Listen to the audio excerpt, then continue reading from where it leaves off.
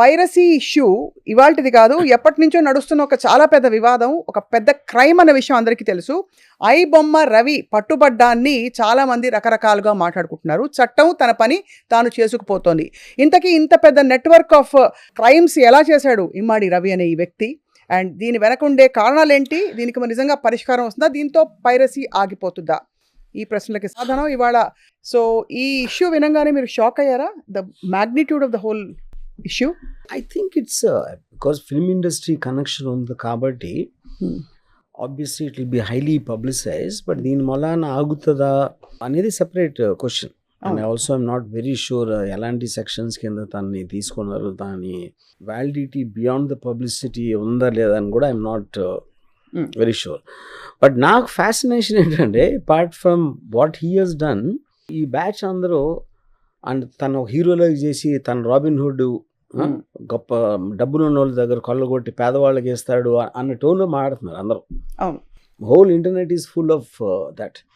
అంటే total thing ఒక simple thing, it's a property. Film అనేది ప్రాపర్టీ. ఆ ప్రాపర్టీ ఎవరిదో ప్రొడ్యూసర్ ఎవరో చేశారు, అది అతను తీసుకెళ్ళి వేరే వాళ్ళకి ఇచ్చాడు without the producers consent. In the context of that is technically A crime. కానీ ఇక్కడ ఏంటి, ఏ వెబ్సైట్లో వచ్చింది, అది ఎవరు పెట్టారు, ఎక్కడ హోస్ట్ చేశారు, ఎవరెవరు డైరెక్ట్గా ఇన్వాల్వ్ అయ్యి ఉన్నారు, ఇదంతా ఒక maze that will only happen in the investigation. ఏం చేయగలుగుతారు అనేది కరెక్ట్. ఇప్పుడు వీళ్ళు ఎంత కన్విక్షన్తో చెప్తున్నారంటే, ఇప్పుడు ఏంటి ఇక్కడ ఫస్ట్ మన వీడియో ఏం చూసాను నేను, మీరు టికెట్లు రేట్లు పెంచుతున్నారు, పాప్కార్న్ ఎక్కువగా అమ్ముతున్నారు, అదేమి చేయరు, ఐబొమ్మను ఎందుకు అరెస్ట్ చేస్తారు అంటే, see whole point of a free economy. ఇప్పుడు సినిమా అనేది ఇప్పుడు 500 కోట్ల సినిమా, 5 కోట్ల సినిమా, 50 లక్షల సినిమా ఎలా మీరు సేమ్ మెజర్ చేస్తారు? సో మ్యానుఫ్యాక్చరర్ ఇప్పుడు ఈ కప్పు నేను తయారు చేసాను అనుకోండి, ఈ కప్పు నాకు 1000 రూపాయలు అని చెప్తా. Whether the consumer will feel it or not, it is his choice. అంతే కదా. ఏదైనా సరే మీరు ఇప్పుడు ప్యాంట్ ఉంది, maybe you might get it for 50,000 or 5,000.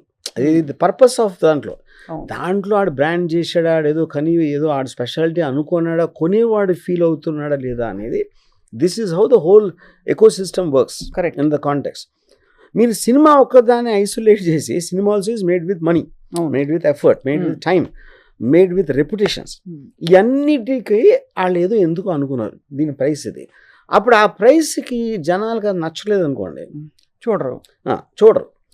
ఇప్పుడు వీళ్ళ ఆర్గ్యుమెంట్ ఎలా ఉందంటే, బంగారం చాలా ఖరీదు, అందుకని బంగారు షూ ఎవరైనా దొంగిలిచ్చేస్తే ఆ దగ్గర తీసుకుందాం ఫ్రీగా, అంత ధర పెట్టాడు, అందుకని అది దొంగిలించడం కరెక్టే అన్నట్టు ఉంది. అలా వాళ్ళ బేసిక్ ఆర్గ్యుమెంట్ ఎవరెవరైతే సపోర్ట్ చేస్తున్నారు. Right. So I think, general bottom level, piracy is ఒక మనిషికి సహజంగా వాడికి కావాల్సిన బెస్ట్ చీపెస్ట్గా కోరుకుంటాడు. ఇప్పుడు ఆ రోజుల్లో నేను వీడియో లైబ్రరీ ఉన్న రోజుల్లో VHS క్యాసెట్లో వచ్చేది, లేకపోతే తర్వాత CDలు ఇలాంటివన్నీ వచ్చాయి. సో ఫ్రీగా దొరుకుతుంది అనుకుంటే టెంప్ట్ అవ్వనాడు అని కూడా ఉండడు ఫస్ట్. అవును. ఇక్కడ కాంప్లెక్సిటీ ఏమొస్తుందంటే, ఇప్పుడున్న దాంట్లో 100 కోట్లు రెమ్యునరేషన్స్ తీసుకుంటున్నారు, ఇన్ని కోట్లు అంటే ఇంటే మీకు ఒక క్రేజ్తో పాటు ఒక జలసీ పెరుగుతుంది. ఇప్పుడు వాళ్ళ ఆర్గ్యుమెంట్ ఎలా ఉంది, కోట్లు ఇచ్చేస్తున్నారు, మాకేమో టికెట్ రేట్లు పెంచేస్తున్నారు, అవును డబ్బులు పెరిగిపోయినాయి అని. కోట్లు ఎందుకు ఇస్తారు ఎవరికైనా? అతనికి మార్కెట్ ఉంటే ఇస్తారు, అడగటానికి ఎవరైనా అడగచ్చు, అంతేనా? కానీ ఇచ్చేవాడు కదా, ఇచ్చేవాడు క్యాలిక్యులేషన్ కదా మాట్లాడేది. ఒక పర్టికులర్ హీరోకి 50 కోట్లు 100 కోట్లు ఇస్తున్నారు అంటే, అతని పేరు చెప్తే అంతమంది వస్తున్నారు, అతన్ని చూడటానికి అంతమంది వస్తున్నారు.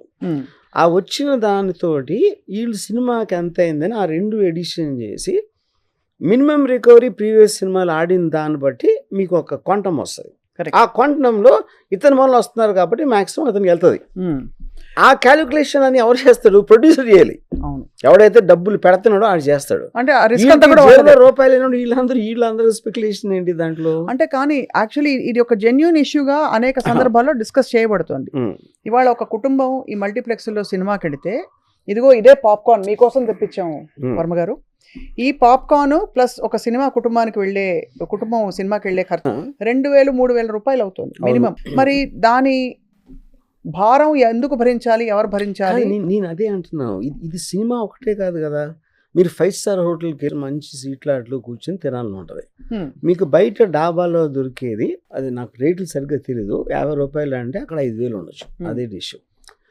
అదేంటి ఆ టోటల్ ఎక్స్పీరియన్స్కి వాడు పెడుతున్నాడు. హ్మ్.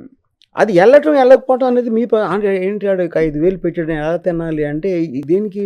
లేకపోతే మీకు ఏదో మామూలు కారు ఉంది, మర్సిడీస్ కార్ కావాలి ట్రావెలింగ్కి, 2 పర్పస్ ట్రావెలింగే, ఆ కార్కి అంత పెట్టాలా అలా అని ఏడిస్తే ఎలా కదా? That is whole point of free economy capitalism system. అది agreed. అసలు piracy ని ఎవరు ఫిల్మ్ సమర్థించట్లే. అనేది బయట పెట్టకూడదు. దాంట్లో film is also a commercial product. అవును, correct. కమర్షియల్ ప్రోడక్ట్ ఎందుకు? Because money is being invested, made effort, release చేసి ఆ టోటల్ ఫైనాన్షియల్ ఎకో సిస్టమ్ అనేది కమర్షియల్ ప్రోడక్ట్. అది అవును. అది నాకు మంచి తిండి కావాలి, ఆ 5 స్టార్ హోటలే కావాలి, అంత మంచి అట్మాస్ఫియర్లో నేను కూర్చోవాలి, బిజినెస్ క్లాస్లో ట్రావెల్, అందరికీ ఉంటుంది అలాంటి ఆశలు. కరెక్ట్.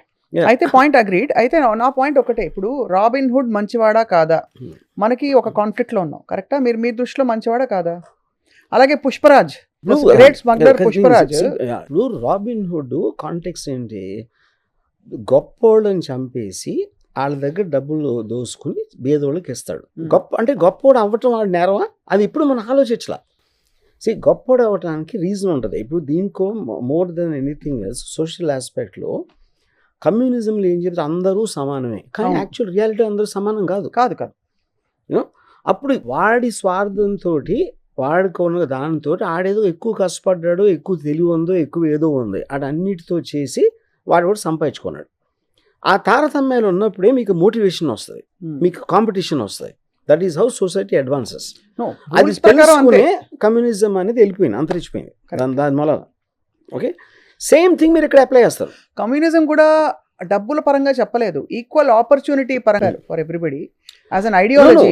ఈవెన్ ప్రాపర్టీ రూల్స్ లో కూడా you should not own private property. Initial communism అంతా అదే correct. From each according to his ability to each according to his need. That is the fundamental principal of communism from Marxism.